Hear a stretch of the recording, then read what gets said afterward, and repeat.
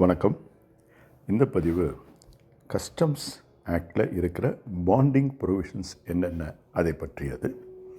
இன்னும் விரிவாக வரப்போகிற போஸ்ட்டில் ஒவ்வொரு பாண்டிங் ப்ரொவிஷனையும் பார்க்கலாம். இப்போ பொதுவாக பாண்டிங்னா என்ன அப்படின்றத பார்ப்போம். முதல்ல நம்ம பார்க்குறது செக்ஷன் 49 அப்படின்ற ஒரு செக்ஷனில் இருக்கிற பாண்டிங் ப்ரொவிஷன். அதுக்கு அடுத்தது ரொம்ப பெரிய ஒரு விரிவாக ஒரு பிஸ்னஸ் ஆப்பர்ச்சுனிட்டி உள்ள ஒரு இது என்னென்னா 57 to 73A இத்தனை ப்ரொவிஷனில் இருக்கிற பாண்டிங் ஆப்ஷன்ஸ் தான். 3 விதமான பாண்டிங்கை பார்க்குறோம். ஒன்று பப்ளிக் வேர்ஹவுசிங், ரெண்டாவது ப்ரைவேட் வேர்ஹவுசிங், மூணாவது ஸ்பெஷல் வேர்ஹவுசிங். பப்ளிக் செக்ஷன் 57லேயும், ப்ரைவேட் 58லேயும், ஸ்பெஷல் வேர்ஹவுசிங் 58A அப்படின்னும் ப்ரொவிஷன்ஸ் இருக்குது.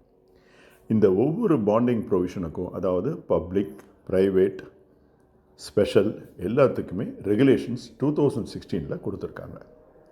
பொதுவாக நம்ம செக்ஷன் 59 தான் பாண்ட் பண்ணுவோம்.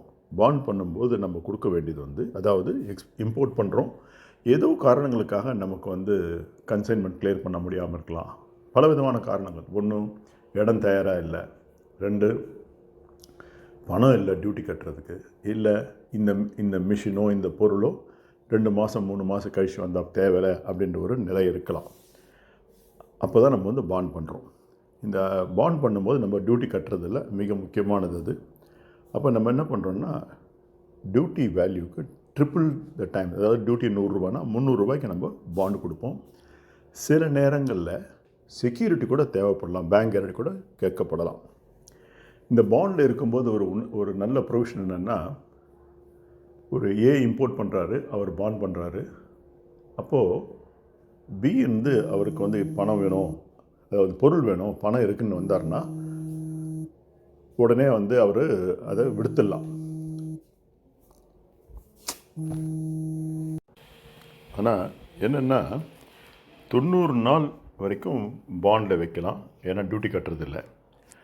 அதுக்கப்புறம் இன்ட்ரெஸ்ட் கொடுக்க வேண்டியதாக இருக்கும்.